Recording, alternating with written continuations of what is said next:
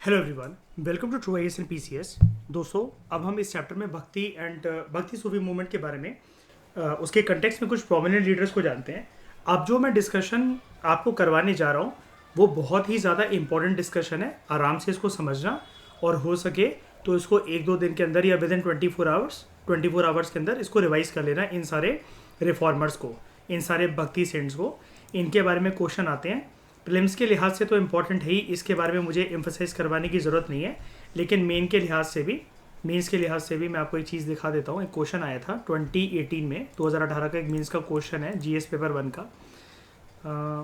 Just a minute, यहाँ पर 2018 ये 12 नंबर को देखो। Bhakti movement received a remarkable reorientation with the advent या फिर arrival of the teachings of Shri Chaitanya Mahaprabhu. Discuss. ठीक है, ये कीवर्ड्स है इसके, reorientation with the advent of Shri Chaitanya Mahaprabhu. ठीक है, अब यहां पर आप आ जाओ।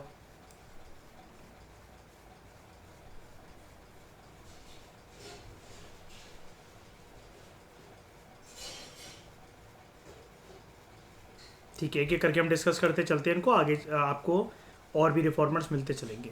अभी तक मैंने पीडीएफ यहीं क्लिक करी है, तो पहले इनको देख लेते हैं। तो prominent leaders of the Bhakti movement. Shankaracharya. देखो, शंकराचार्य की जो एक तरीके से, आप एक चीज जानते हो, ये जो जितने भी संत महात्मा इस जमाने में थे जिन्होंने भक्ति रिफॉर्म मूवमेंट स्टार्ट करी, इनकी भी एक लीनेज ड्रॉ होती है। जैसे अगर आदि शंकराचार्य जो हैं, इनकी आदि शंकराचार्य की एक पूरी की पूरी चेन जो है वो स्टार्ट होने लगी थी इस टाइम से। और आज भी जो इस स्कूल ऑफ थॉट से अपने आप को फेमिलियर रखते हैं और इनका जो लीडर या टॉप का जो गुरु होता है वो शंकराचार्य ही होता है। एक एग्जांपल से आपको समझा देता हूं ताकि आपको कंफ्यूजन ना हो। ये वाली बात शायद से आप जानते नहीं होंगे, हिंदुज्म की फिलॉसफी का एक ये पार्ट ही होता है वैसे, कि गुरु के भी एक, इसको कहते हैं संप्रदाय को आगे कैरी फॉरवर्ड करना। इसका एग्जांपल मैं आपको दे देता हूँ, ज़रा आपको क्लियर हो जाएगा, कनेक्ट करवा देता हूँ। दलाई लामा, जैसा कि आप जानते हो ना मयूर, एक पोस्ट, एक बंदे का नाम नहीं होता, एक पोस्ट होती है दलाई लामा। बेस में क्लियर है ना ये वाली बात? तो मैंने भक्ति ये बुद्धिज्म जैनिज्म में समझाया था। दलाई लामा मयूर जैद किसी पर्सन का नाम नहीं होता शाइनी, एक पोस्ट होती है, एक लीनेज होती है जो चली आती है। यानी कि करंट दलाई लामा के मरने के बाद अगला, चाहे वो 16 साल का बच्चा बने, चाहे 8 साल का बच्चा बने, चाहे 60 साल का एक व्यक्ति बने, वो श्रेय दलाई लामा ही कहलाएगा। ऐसी शंकराचार्य जी की एक संप्रदाय होती है। ओरिजिनल शंकराचार्य ये थे, लेकिन आज भी अगर आप देखो तो शंकराचार्य होते हैं। शंकराचार्य एक पोस्ट का नाम होता है।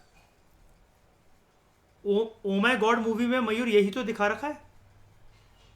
टॉप के टॉप धार्मिक गुरु को बुलाया जाता है परेश रावल के द्वारा कोर्ट में केस लड़ने के लिए। अलग अलग मठ में वो लेटर भेजता है केस करवाने के लिए। विद रिस्पेक्ट टू हिंदुज्म मैं बात कर रहा हूं अभी। केस तो वैसे और मौलवी वगैरह पे भी करता है, चर्च के फादर पे भी करता है। तो शंकराचार्य की एक संप्रदाय होती है। ये ओरिजिनल थे आदि शंकराचार्य। इन्हीं के बाद जो इस लीनेज को फॉलो करते हुए जो इन साधु संत ऋषि महात्मा की पाथ पर चले, वो भी शंकराचार्य के ही संप्रदाय से आगे चलते हुए धार्मिक गुरु हुए। Shankaracharya 788 to 820 C. He was a distinguished philosopher, great thinker, and one of the mystic bhakti poet saint leader of the 8th century, who gave a new orientation to Buddhism. ठीक है, क्यों? सॉरी, न्यू ओरिएंटेशन तो Hinduism. अब Hinduism क्या है, वो सिमट कर रह गया था दोबारा। जैसा कि मैंने आपको बताया था ना, ये बार बार रीओरिएंटेशन की जरूरत पड़ती है हमें। पता है वाली बात आपको? मतलब धर्मों को रीओरिएंटेशन की जरूरत पड़ती है। ऐसा प्राचीन भारत में भी हुआ और मध्यकालीन भारत में भी आपके सामने ये होने जा रहा है। तो इन्होंने हिंदुज्म को एक तरीके से रिवाइव करने के लिए, उसके अंदर एक प्रकार से नई तरीके से जान फूंकने के लिए इन्होंने कुछ स्टेप्स लिए। अब बात क्या होती है, ऐसा नहीं होता कि कोई और धार्मिक गुरु, कोई और संत महात्मा ऋषि नहीं होंगे इस जमाने के अंदर। जब आपके फॉलोअर्स ज़्यादा बढ़ते हैं तब आपका ग्रुप एक्सपेंड होता है और आप इतिहास के पन्नों में अपनी पहचान बना लेते हो। मुझे एक बात बताओ, वैष्णविज्म को चलो छोड़ो, अलवर्स नैनर्स का जो ग्रुप है, इससे पहले श्रेया शाइनी, क्या हमारे देश में जैद विष्णु और शिव जी की भक्ति नहीं होती होगी? है इसमें अलवर्स नैनर्स के ग्रुप जब अगर मध्यकालीन भारत में, मेडिवल इंडिया के अंदर बने ना ये वाले ग्रुप, दक्षिण भारत में, साउथ इंडिया में, इससे पहले शिव जी और विष्णु जी का नाम या भक्ति या बहुत ज़्यादा ग्रुप बनाकर कीर्तन, आराधना, पूजा, ये सब कुछ करना नहीं जानते होंगे लोग? बिल्कुल जानते होंगे। अब उसी के अंदर अगर मैं एक ग्रुप को और एक्सपेंड कर दूं, याद है शैविज्म से एक्सपेंड होते हुए एक ग्रुप था वीरा शैवा, लिंगायत जिसको कहते हैं, वो गले में अपने शिवलिंग टांग कर घूमते हैं, मैंने आपको बताया था। और उत्तर भारत में लोग क्या कर रहे थे, वाइट थ्रेड, सेक्रेड थ्रेड जिसको जनेऊ कहते हैं, वो पहनकर घूमते हैं। पता है ये वाली बात आपको? लिंगायत या वीरा शैवा का नाम तो सुना ही होगा, है ना? अब एक बात बताओ, ये पॉपुलर इसलिए तो हो गए ना क्योंकि इनको क्राउड मिला अपने साथ, इनको मास नंबर मिले अपने साथ, है ना? पता है ना ये वाली बात आपको कि अगर आपका ग्रुप ही नहीं होगा, अगर आपके फॉलोअर्स ही नहीं होंगे, तो आप नाम कैसे बना लोगे? अब जैसे अभी कंटेम्प्रेरी रियलिटी की मैं बात कर देता हूं, आप सारे लोग सदगुरु का नाम जानते हो, किसी और धार्मिक गुरु का नाम जानते हो चाहे ना जानते हो? सदगुरु की कोई वीडियो या नाम एटलीस्ट सुना है, कोई वीडियो देखी है, चेहरा तो पता ही होगा उनका। किसको प्रमोट करते हैं वो? वैष्णविज्म के शैविज्म को? शैविज्म को प्रमोट करते हैं। वो आज के यूथ को ये सिखा रहे हैं कि आज की जो हमारी बिजी लाइफ है शाइनी, उसमें कैसे हम लोग एक तरीके से, एक मॉडर्न तरीके से अपनी बिजी लाइफ के अंदर थोड़ा सा टाइम निकाल के भक्ति को एक दोबारा से रीओरिएंट कर सकते हैं हम लोग। राइट श्रेया? अब जैसे आज के कार्यकाल में देखो, बात यह कि हमारे लिए शाइनी हमारी पढ़ाई ही एक प्रकार की भक्ति है। हम कोई नाइंसाफी नहीं कर रहे। इसके बाद अगर हमें टाइम मिलता है तो हम जय जय, हवन, मंदिर में जाना, पूजा पाठ करना, वो कर सकते हैं। लेकिन अभी प्राइमरी धर्म हमारा, हम सबके लिए हमारी पढ़ाई है, ये करियर मेकिंग टाइम है। सब लोग एग्री करते हो? तो उसी में एक दो लोग हैं जो कि इसको नई ओरिएंटेशन देने की कोशिश करते हैं। सदगुरु तो प्रॉपर गुरु हैं, ठीक है। इसके अलावा मैंने आपको एक चीज बताई थी श्रेया, याद है? वो हड़प्पा की एक बुक जो कि एक अमीश नाम का एक राइटर लिखता है आजकल के यूथ को सिखाने के लिए। मेलुअल नाम से उसने बुक लिखी थी, फिर रावण नाम से उसने बुक लिखी, राम नाम से बुक लिखी, सीता लिखी उसने, महाभारता लिखी, अर्जुन लिखी। तो ये आजकल के यूथ को, अब पुरानी जो हमारे मम्मी पापा जो महाभारत देखते थे डीडी नेशनल पर, वो चलाकर अगर हम देखें, ना क्वालिटी है, ना लोगों को इतना ज्ञान अर्जित करने में इतना कोई मजा आने वाला है। तो उसका एक नया प्रकार ही तो है, रीओरिएंटेशन ही तो है। क्यों मयूर? स्टार प्लस पर 2013-14 में जो लोगों ने महाभारत दोबारा देखना शुरू करी थी, ठीक है, तो वो इसलिए तो करी थी कि तलवारों से आग के गोले निकल रहे हैं, है ना। अर्जुन ने पैर रखा तो धरती पे क्रैक आ गया, है ना। कृष्ण जी ने अपना सुदर्शन चक्र घुमाया तो पहाड़ फट गया। तो ये सब चीजें जो ग्राफिक्स है नए नए, लोगों को इसी के थ्रू तो माध्यम से समझाया जाएगा। और पुरानी वाली महाभारत और रामायण के कंपैरिजन में श्रेया, आगे चलकर जितनी भी सीरियलों में, जैसे आप और मैं जब से 11-12 करी हुई है आपने और मैंने श्रेया, है ना, मयूर आपने भी, तो जब से टीवी पे ये जो रामायण महाभारत आई हैं, इनकी ग्राफिक्स डिजाइनिंग बढ़ गई है, लेकिन कंटेंट तो कम हो गया ना। शॉर्ट में समझाने की बात करी गई है ना, कि जितना लोगों को दिलचस्पी आए, फालतू की इधर उधर की बातें नहीं, और वो भी कट शॉर्ट करके दिखाना। ऐसा नहीं कि धीरे धीरे करते एक ही सीने की एपिसोड चले जा रहा है। मैं ये सब बातें आपसे क्यों कर रहा हूँ? मैं ये सब बातें आपको ये करने के लिए बता रहा हूँ, जैसी वक्त, जमाना और हालात बदलते हैं ना, और लोगों का टेम्परामेंट और लोगों की साइकोलॉजी बदलती है, तो धर्म से फैमिलियर करवाने के लिए लोगों को अलग अलग प्रकार के नए नए रास्ते बताए जाते हैं हमेशा। और उसके लिए एक धार्मिक गुरु की आवश्यकता होती है जो कि लोगों को धर्म मार्ग दे। जैसे मैं आपको एक बात बताता हूँ, ये सारी चीजें आप छोड़ो शाइनी, अभी 3 से 4 साल तक पहले तक यूट्यूब पे शॉर्ट्स जैसा कुछ भी नहीं होता था, या फिर इंस्टाग्राम नहीं होता था, या रील्स जैसी कोई चीज नहीं थी, है ना। अब लोगों को कट शॉर्ट अपना मटेरियल करने के लिए, या जल्दी जल्दी जो लोग लगे रहते हैं, उन्हीं के लिए तो ये सारी चीज़ें कि 60 सेकंड्स के अंदर उनको कोई भी बना बनाया एक पकवान की तरह कंटेंट मिल जाए। यही तो लोगों की नई रीओरिएंटेशन है, और इसी एल्गोरिथम्स का तो फायदा उठाती हैं ये सारी की सारे सोशल मीडिया प्लेटफॉर्म्स, राइट। तो हर एक जमाने में जैसे जैसे लोगों का व्यवहार, टेम्परामेंट, उनकी साइकोलॉजी, उनके सोच विचार करने का तरीका और उनका जो बेसिक अस्तित्व होता है, जैसे ही वो बदलता है, तो हमेशा, अगर हम दोबारा धर्म की बात करें, हमेशा उनको धर्म के रास्ते पर लेकर जाने के लिए या धार्मिक चीजों से फेमिलियर करवाने के लिए धार्मिक गुरु जो होते हैं वो नई नई तरह की बातें करते हैं। अब अगर आज के समय में कोई मतलब साफिया पहनकर कोई, जैसे कोई धर्म गुरु आ जाए, तो आप उसको यही समझोगे कि ये दाढ़ी वाला बाबा जो आया है, ये माला लटकाकर, ये चोर उचक्का होगा, ये लूट लेगा मुझे या फिर मुझे हैरेस करेगा फालतू में। लेकिन वही कोई कोट पैंट पहनकर आपका हाथ पकड़कर आपकी लकीरें देखे, आपकी कुंडली देखे, ये पता है कि आपकी शादी किससे होगी, आपका आगे वाला फ्यूचर क्या है, सरकारी नौकरी आपके कुंडली में लिखी हुई है कि नहीं लिखी हुई है, आप कितने साल तक जियोगे, आपके पास पैसा होगा कि नहीं होगा, आपकी शादी कैसे घराने में होगी, ये सब बातें अगर कोई कोट पैंट पहनकर आपसे करे, और भली वो झूठ बातें बोल दे या 4 एक्स्ट्रा बातें बोल दे या आपको खुश करने के लिए चिकनी चुपड़ी बातें बोल दे, तो उससे हम ज्यादा रिलेट कर पाएंगे as compare to orange colour का साफिया पहनकर जब कोई पर्सन हमारे सामने आ जाए, क्योंकि वो हमें लगेगा पर्सन चोर उचक्का, डकैत या फिर फ्रॉड पर्सन। बताओ, जितनी भी बातें मैंने आपसे करी, ये हम सब लोगों की कंटेम्प्रेरी रियलिटी, कंटेम्प्रेरी थिंकिंग और कंटेम्प्रेरी साइकोलॉजी है कि नहीं है? हाँ या ना? बताओ। वापस चलते हैं। हाँ ठीक है, वापस हाँ श्रेया, इस जमाने में वापस चलते हैं मध्यकालीन भारत में। और आप मुझे सबसे पहले तो एक चीज क्लियर कर दो कि भक्ति मूवमेंट जो स्टार्ट होती है सबसे पहले दक्षिण भारत में होती है कि उत्तर भारत में होती है, यानी कि साउथ इंडिया के नॉर्थ इंडिया? अगर होती है तो कब होती है, साउथ इंडिया में या नॉर्थ इंडिया में? ये भी बता दो जल्दी से फटाफट। 7th सेंचुरी से लेकर,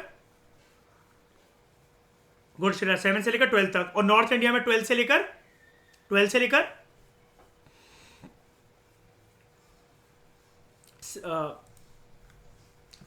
17th सेंचुरी तक। ये पढ़ाया था ना मैंने, ये देखो नॉर्थ इंडिया में, ठीक है, इसमें 12 से 17 और ये 7 to 12। वापस चलते हैं। एक बात याद है, आगे बढ़ने से पहले एक छोटी सी बात और रिपीट करना चाहता हूं ताकि आप कनेक्ट रहो इस बात से, इन सारे संतों से, ऋषियों से कनेक्टेड रहो आप। मुझे एक बात बताओ, हमने एक चीज पढ़ी थी, उत्तर भारत के अंदर भक्ति मूवमेंट बाद में स्टार्ट हुई है, उन्होंने जो इंस्पिरेशन ली है टीचिंग्स वगैरह की, वो दक्षिण भारत के आचार्यों से ही ली है ना? ये लाइन याद है आपको? प्रीवियस 2 लेक्चर में दक्षिण भारत के आचार्यों से लिए ना, उनकी फिलॉसफी को, उनकी टीचिंग्स को अपने प्रिंसिपल्स का कोर प्रिंसिपल बनाया ना उन्होंने, उत्तर भारत वालों ने, भक्ति रिफॉर्मर्स ने। और ये सारे के सारे जिन भी हम ऋषि, साधु संत महात्माओं के बारे में जो पढ़ने जा रहे हैं, ये कैसे लोग हैं? पहले इनकी कास्ट बताओ जरा मुझे, कैसे लोग हैं ये लोअर कास्ट के लोग हैं।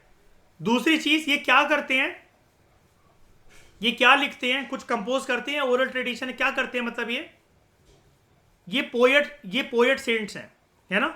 मतलब भगवान की आराधना को कैसे व्यक्त करेंगे, लोगों को कैसे समझाएंगे, क्या रास्ता दिखाएंगे कि भगवान से कनेक्ट कैसे करो, क्या करके? कविताओं की फॉर्म में उनको याद करो, है ना? तो prominent leaders of the Bhakti movement, Shankaracharya, ये एक काफी बड़े फिलोसफर थे, 1788 to 1820, great thinker and one of the mystic Bhakti poet saint leader of the 8th century, who gave a new orientation to Hinduism. अगर ये 8वीं शताब्दी से हैं तो मुझे बताओ ये कहां से होंगे? उत्तर भारत या दक्षिण Bharat? North India, south India? दक्षिण भारत से हैं ये। क्यों? क्योंकि दक्षिण भारत के अंदर भक्ति मूवमेंट कब पनपती है, कब फलती फूलती है? 7 to 12 सेंचुरी। और ये 12वीं शताब्दी से पहले तो उत्तर भारत के अंदर बात ही नहीं होती है भक्ति मूवमेंट की, राइट? कनेक्ट कर पा रहे हो इस चीज को? ठीक है, इसको आपको ध्यान से समझना है दोस्तों। देखो ये वाली बात ना इंपॉर्टेंट है। अब देखो 2018 का छोटा सा क्वेश्चन है चैतन्य महाप्रभु के ऊपर, लोग पढ़ते ही नहीं है। कमाल की बात यह है कि इनके बारे में एनसीईआरटी में भी दे रखा है, एनसीईआरटी तक में दे रखा है। अभी मैं 7th क्लास का, हालांकि अभी मैंने पूरा करवाई नहीं आपको एनसीईआरटी, वहां पर दे रखा है। मैंने जब तैयारी करवाई थी कशिश को, आशिमा को और अलंकृता को यूपीएससी की 2020 से, तब मैंने उनको ये चीज़ डिस्कस करवाई थी और ये क्वेश्चन दिखाया था उस टाइम पर। ठीक है, तो देखो, he was born in Kalady Kerala and propounded the Advaita philosophy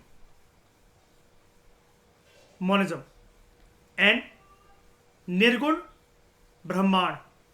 निर्गुण, अच्छा निर्गुण क्या होगा? फॉर्म है गॉड की कि नहीं है? नहीं है, without attributes. God is without attributes. और ब्रह्मांड यहां पर किसको कहा जा रहा है? गॉड को। याद रखना, ब्राह्मण नहीं है ये, ब्रह्मांड है। स्पेलिंग कभी कभार सेम होती है, लेकिन आपको ये चीज मैंने क्लियर कर दिया ना, आत्मन का मिलन परमात्मा के साथ। तो श्रेया ये भी बता दो, अगर गॉड के फॉर्म होते और हम उनकी भक्ति कर रहे होते तो हम कौन से ग्रुप के लोग होते? अगर निर्गुण नहीं है तो क्या होते? सरगुण। वेरी गुड, सगुण कह लो, सरगुण कह लो, कुछ भी कह लो, सही है। ठीक है, उसके बाद अद्वैत फिलोसफी के अंदर क्या माना जाता है, ध्यान से समझना। मैंने आपको फिलोसफी वाली एक चीज करवाई थी, एक बॉक्स करवाया था, टेबल, पूर्णानंदलाल दहिया में, याद है? अभी कुछ चैप्टर पहले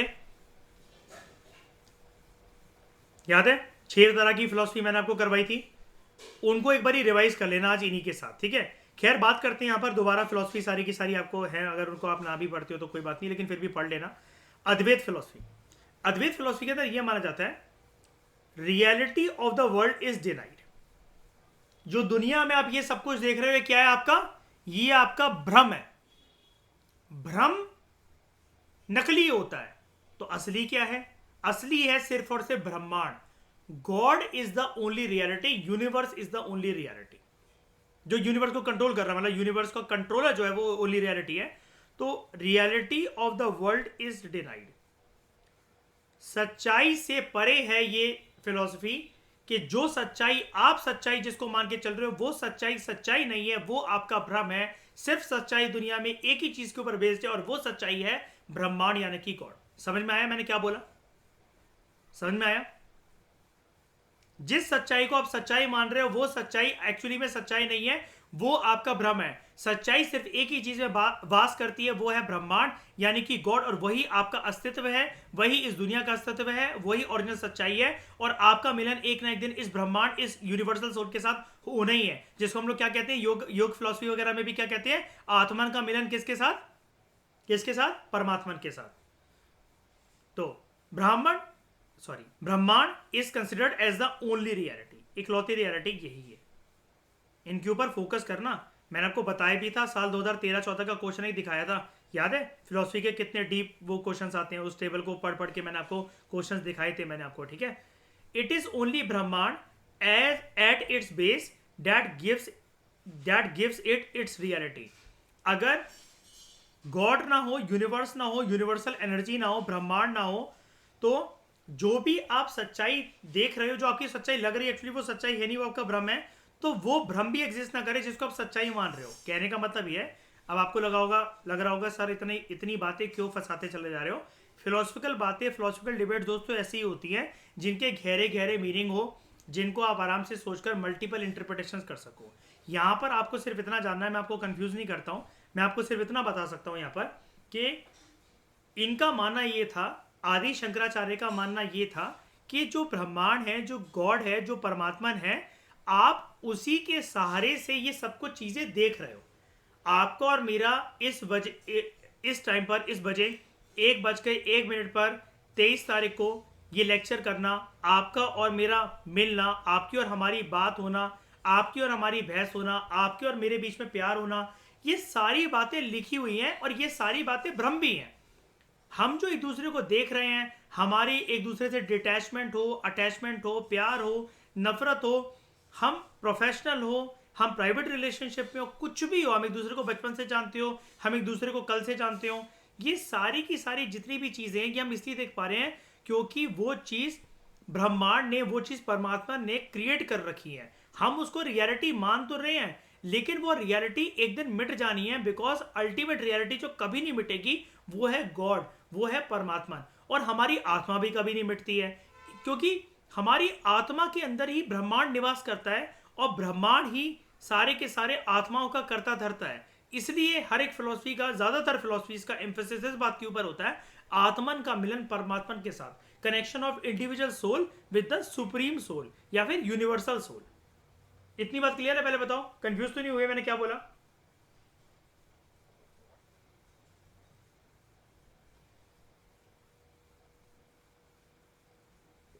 आगे बढ़ूं, इन्होंने एक फेमस कोट दिया था. हिज फेमस कोट्स इंक्लूड, कुछ कुछ कोट्स हैं इनके: ब्रह्म सत्यम जगत मिथ्या जीवो ब्रह्मात्र नपारहा. मीनिंग, जो एब्सोल्यूट स्पिरिट है, जो भगवान है, वही जीवन की सच्चाई है. दुनिया जैसी आपको दिख रही है, आपके सामने आपका लैपटॉप है, महंगे महंगे फोन है, आपने कोई ज्वेलरी वेयर कर रखी है, आप बहुत पॉश लाइफ स्टाइल बिता रहे हो, या फिर आप अपने जीवन से दुखी हो, किसी बात को लेकर परेशान हो, किसी ने आपसे कुछ कह दिया, आपको उसकी बात चुभी हुई है, आपको किसी से प्यार हो रहा है, ये सारी बातें माया है. बिकॉज इन सारी चीज़ों ने एक ना एक दिन मिट जाना है. मान लो आप किसी इवेंट पर, किसी चीज़ पर, किसी पर्सन को पाने के लिए, चीज़ हो, पर्सन हो, इवेंट हो, कोई सुख की प्राप्ति हो, आप उसको पाने के लिए जद्दोजहद करते हो, कितनी मुशक्कत करते हो, लेकिन आपको भी पता है हाथ पकड़ के ना आप उस इंसान के साथ आए थे इस दुनिया में, ना ही हाथ पकड़कर चिता पर आपकी उसने बैठना आपके साथ. ठीक है, तो ये सब माया ही तो है. और आपको क्या पता कि अगले जन्म में आपका मिलन दोबारा उसके साथ होना है. और बात ये भी तो है कि आप जिस स्कूल में थे, जिस कॉलेज में थे, जिस गली मोहल्ले में आप पैदा हुए, तो वहां पर आपको प्यार होना या उस जगह की कुछ कुछ चीज़ों को घूमने के लिए, पाने के लिए, खाने के लिए, पहनने के लिए आपकी अटैचमेंट होना, वो इसलिए क्योंकि आप वहां पैदा हुए. आप न्यूयॉर्क में पैदा होते तो आपका प्यार, आपकी वेशभूषा, आपका कपड़ा, आपका ड्रेसिंग सेंस, आपकी स्टाइल, आपके बोलने का तरीका, आपकी अटैचमेंट, आपकी डिटैचमेंट एक अलग तरीके से होती. तो ये सब कुछ माया ही तो है. ये इनका कहना है आदि शंकराचार्य का. और दूसरा इन्होंने एक कोट दिया: एक मेव अद्वितीयम ब्रह्मा. Meaning, the absolute is one alone, not two. दुनिया में दो चीजें सच्चाई नहीं है कभी भी, एक ही चीज सच्चाई है. और बाकी जितनी भी सच्चाई आप सोच के चल रहे हो, जो कि आपका अल्टीमेटली माया है, आपका मोह है, आपका लगाव है, आपका भ्रम है, वो सब कुछ ब्रह्मांड है. ब्रह्मांड ही इकलौती सच्चाई है. वो इकलौता है ब्रह्मांड, परमात्मन.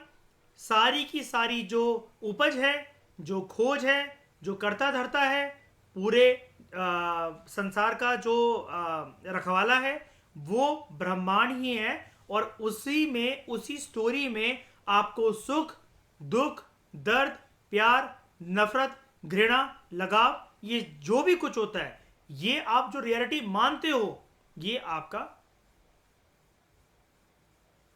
माया है. The absolute is one alone. इसके अलावा कुछ भी दूसरी सच्चाई नहीं है, नॉट टू. तो यहां पर एक कुछ लिखा हुआ है लक्ष्मीकांत की तरह, हम नीचे देख लेते हैं इसको. नंबर 1, इन्होंने ये भी बोला, he further explained with the example, इस बात को, the absolute is one alone and not two. जैसे, as there may be many stalks of sugarcane. आपने गन्ने की खेती करी और गन्ने के बड़े सारे जो डंडे हैं, मतलब एक तरीके से जैसे बांस की तरह जो डंडे जो खड़े हुए हैं, वो बड़े सारे स्टॉक्स खड़े हुए हैं गन्नों के. ठीक है, but the juice from all of them has the same sweetness. सबके अंदर एक ही प्रकार से मिठास होगी. क्यों? क्योंकि वो खेती, वो फसल, वो गन्ने की है, ना कि नीम की और ना ही करेले की. वो गन्ना अपनी मिठास के लिए जाना जाता है, गन्ने का रस अपनी मिठास के लिए जाना जाता है. तो वो मिठास आपको हर एक गन्ने में मिलेगी ही मिलेगी, किसी में कम, किसी में ज़्यादा, लेकिन ganna is equal to sweetness. Similarly, beings are many. Human bodies तो बहुत सारी है, इंसान तो बहुत सारे हैं, लेकिन उनकी जो सांसें हैं वो सेम है. भिन्न भिन्न प्रकार के इंसान हैं, लेकिन सबकी सांसें सेम है. सबका नियंत्रण सांसों से जुड़ा हुआ है. जहां सांस रुकी, वो शरीर का अस्तित्व मिटने में क्षण भर भी टाइम नहीं लगने वाला. देश बहुत है, लेकिन पृथ्वी तो एक ही है, जिस पे हमने रीजन्स को डिवाइड करते करते देश बना डाले. ठीक है, तो in this manner Shankaracharya ji proclaim to the world that it is unity that underlines the apparent diversity. हम जो ये तेरा है, ये मेरा है, ये उसका देश, ये मेरा देश, ये मेरी चीज़ है, वो उसकी चीज़ है, ये सब जो हम करते रहते हैं, जो डाइवर्सिटी का एंगल लेकर आते रहते हैं, अल्टीमेटली अगर हम गहराई से सोचकर देखें, सारी चीज़ एक ही धागे से पिरोकर बनी हुई है. सारी चीज़ों में एक ही गांठ बंधी हुई है. और ये जो संसार की गांठ है, इसकी जो लगाम है, इसका जो अस्तित्व है, वो सारा का सारा परमात्मा के हाथों में है। सारा का सारा वो चीज परमात्मा के हाथों में है। तो आगे बात करते हैं, ठीक है। The analogy given for Advaita is the famous analogy of snake and rope. सांप और एक रस्सी। अंधेरे में देखना, जैसे जो ये तो अद्वैत फिलॉसफी है, आपने क्या समझा कि आप जो भी चीजें देखते हो वो आपका भ्रम होता है, ब्रह्मांड ही सब कुछ सत्य है। अब देखो जैसे क्या होता है, इसका मतलब क्या है, मैं एक चीज क्लेम करूं तो मानोगे? अद्वैत फिलॉसफी क्या ये कह रही है आपसे डायरेक्टली इनडायरेक्टली कि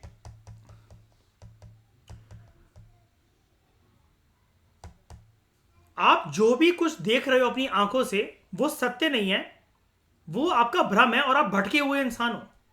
अद्वैत फिलॉसफी क्या हमें ताना मार रही है कि इंसान एक भटका हुआ प्राणी है? हाँ या ना? मार रही है। अब इसके बेसिस पे समझो इंसान भटका हुआ कैसे है, कैसे वो जीवन के इस मोह माया के जाल में फंसा रहता है, या फिर उसकी बुद्धि उसको कभी सही रोशनी देखने नहीं देती ईश्वर की। देखो ये सारी बातें, शाइनी परेशान मत होना, फिलोसफिकल बातें हैं, शंकराचार्य जी ने कही हैं, दीपांक दुबे ने नहीं कही हैं, ठीक है। तो मैं अपने मन से कुछ नहीं बोल रहा। तो the analogy given for Advaita is the famous analogy of snake and rope.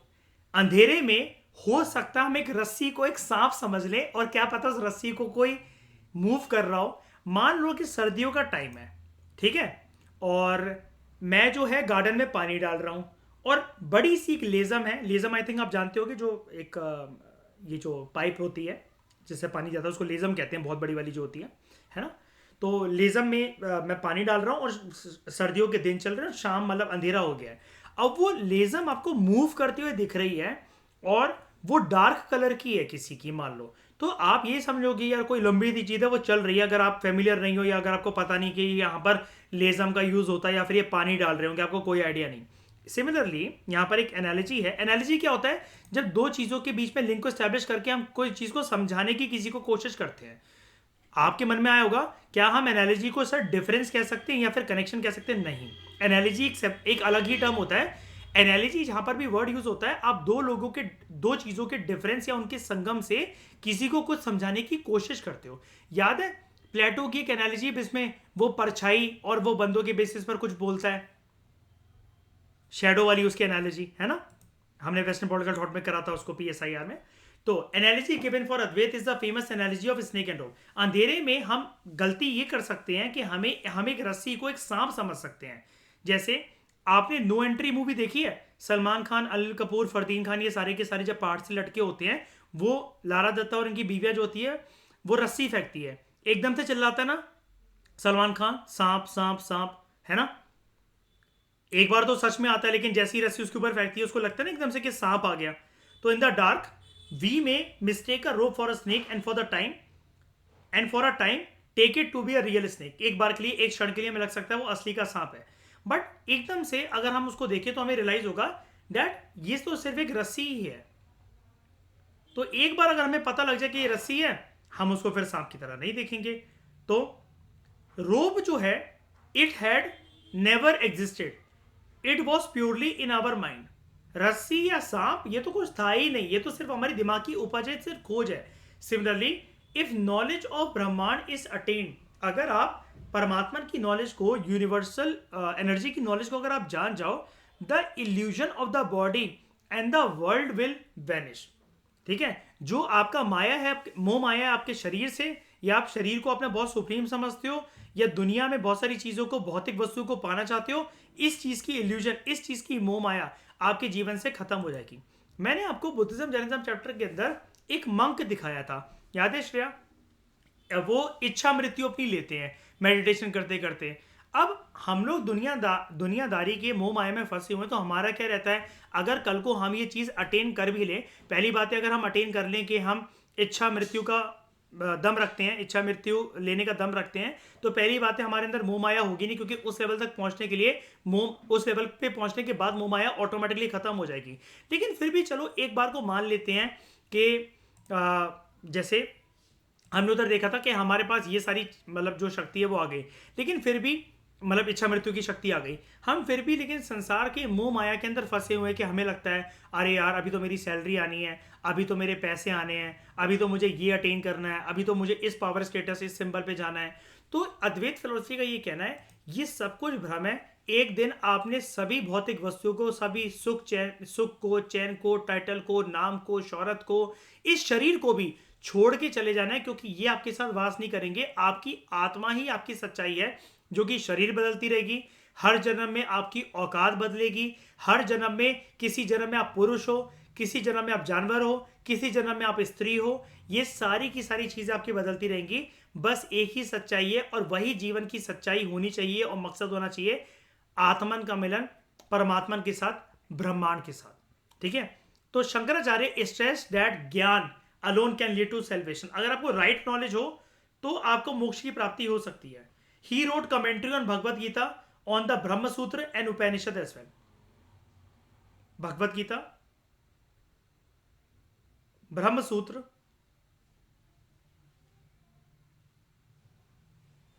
Upanishad, and he wrote books like Upadesha Sahasri, विवेक चौदामणि, भज गोविंदम, स्रोत। ठीक है, उपदेश शास्त्री, विवेक चौदामणि, भज गोविंदम, स्त्रोत। ही स्टैब्लिश मठ, 4 मठ होते हैं हिंदू धर्म से रिलेटेड। जैसे जैद, एक सच्चा मुसलमान जीवन में एक बार जाने के लिए इच्छुक होता है ना, मक्का मदीना में हज करने के लिए मक्का जाना चाहता है। ऐसे ही हिंदुज्म के अंदर जब लोग बूढ़े होते हैं, फिर मरने से पहले एक बार उनकी ख्वाहिश होती है कि वो पिलग्रिमेज करने जाएं। इसी के ऊपर जो इस्लामिक रूलर्स थे वो जिजिया लगाते थे, याद है, पिलग्रिमेज टैक्स। तो वो 4 मठ कौन से होते हैं हिंदुज्म धर्म के अंदर? एक है सिंगरी, दूसरा द्वारका, तीसरा पुरी, और चौथा है बद्रीनाथ।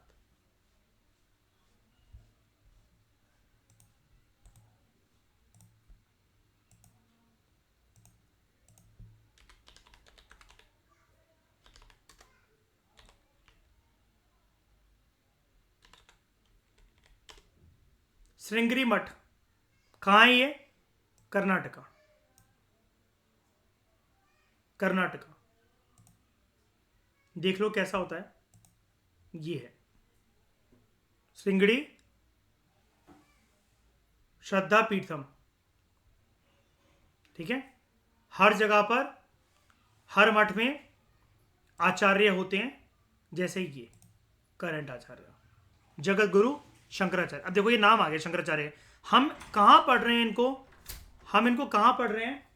हम इनको पढ़ रहे हैं 7th सेंचुरी के, 8th सेंचुरी में। ठीक है, अब ये जो शंकराचार्य हैं ये यही वाले शंकराचार्य हैं क्या? बताओ, अब बताओ। नहीं ना, ये इसी शंकराचार्य समुदाय के एक शंकराचार्य हैं। मैंने बताया ना, लीनियज ड्रॉ करते तो नाम इन्होंने कॉमन रख रखा है पूरा का पूरा सबने। ये हैं वो शंकराचार्य। लेकिन जगत गुरु शंकराचार्य कौन थे? ये थे आदि शंकराचार्य। ओके, तो ये है आपका श्रृंगेरी मठ। ठीक है, इसके बाद दूसरा क्या नाम है हमारे सामने? दूसरा कहाँ का मठ है? द्वारका का। द्वारका का मठ कहाँ पर है? Very good. अब आपने कर्नाटका देख लिया, कर्नाटका देख लिया, वो है दक्षिण भारत। द्वारका मठ है आपका, द्वारका शारदा पीठम। एंड यहाँ पर भी देखो लिखा हुआ ना, who is Shankaracharya of Dwarka मठ। सबके नाम शंकराचार्य हैं। और यहाँ पर अभी शंकराचार्य कौन है? स्वामी सदानंद सरस्वती। ठीक है, इससे पहले कौन थे? स्वामी स्वरूपानंद सरस्वती। कि आपको याद नहीं करने, बस मैं आपको शंकराचार्य समुदाय की जो बात मैंने आपको बताई थी उस चीज़ को मैं प्रूव कर रहा हूँ आपके सामने। ठीक है, तो द्वारका मठ जो है, इसको मैं आपको दिखाता हूँ।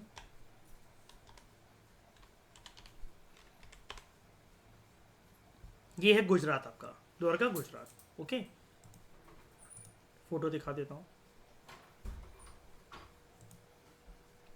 ये है आपका द्वारका का मठ। इसको आप देख लो।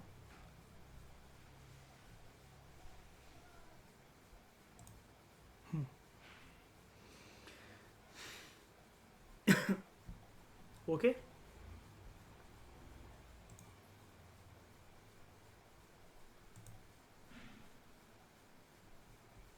ये यहाँ के शंकराचार्य है। ओके, ये यहाँ के शंकराचार्य स्वामी स्वरूपानंद सरस्वती। ये मर गए थे। उसके बाद जैसा कि मैंने आपको दिखाया यहाँ पर, अभी कौन है? स्वामी सदानंद सरस्वती। उसके बाद हम चलते हैं, ये हो गया अपना साउथ, हो गया अपना वेस्ट, हो गया। अब पुरी की तरफ चलते हैं। पुरी कहाँ पर है? ओडिशा। यहाँ का मठ को देखते हैं जरा एक बारी। गोवर्धन पीठ, ये पुरी का मठ है। ठीक है, तो पुरी मतलब उड़ीसा के अंदर है ये। And who is the head of the Puri मठ? निश्चलानंद सरस्वती। ठीक है, who is the current 145th Jagat Guru Shankaracharya. जैसा कि मैंने आपको बताया, सबका नाम शंकराचार्य होगा, सबका नाम ये है।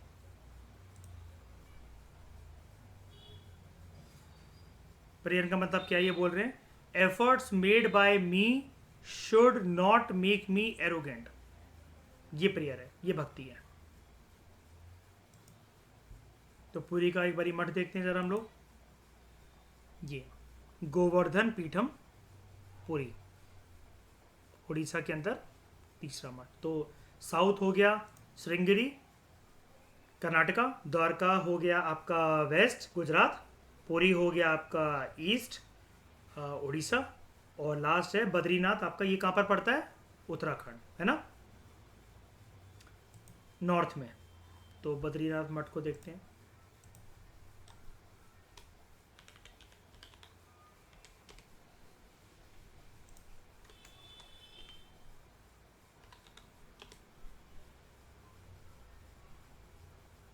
अभी श्रेया मैं कल परसों ही बता रहा था ना आपको इसके बारे में। वो ये उत्तराखंड में है, town of Badrinath. Okay,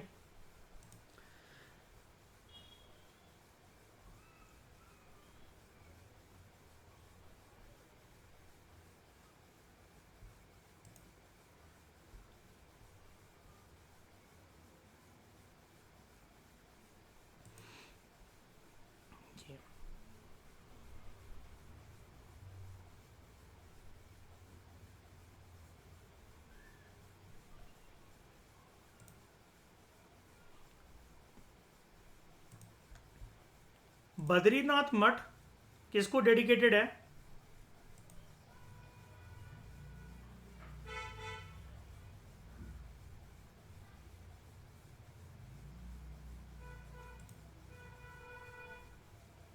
actually Vishnu ji.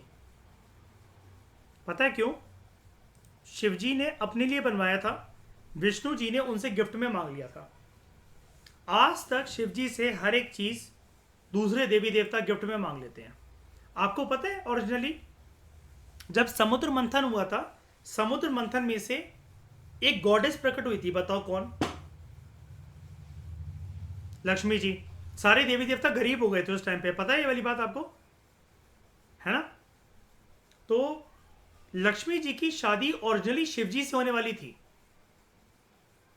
काफी लोग जानते नहीं इस बात को, और विष्णु जी ने उनको मांग लिया था। जहर का प्याला जब रेडी हुआ तो वो शिव जी को पिला दिया। सिमिलरली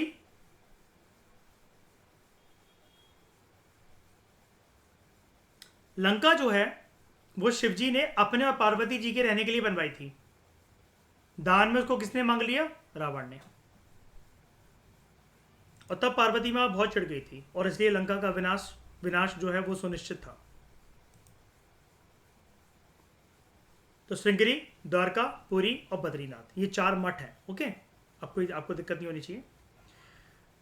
तो इस डिस्कशन में दोस्तों फिलहाल इतना ही। नेक्स्ट हम बात करेंगे अगले सेंट के बारे में, भक्ति सेंट के बारे में, Ramanujacharya. Thank you very much for discussion.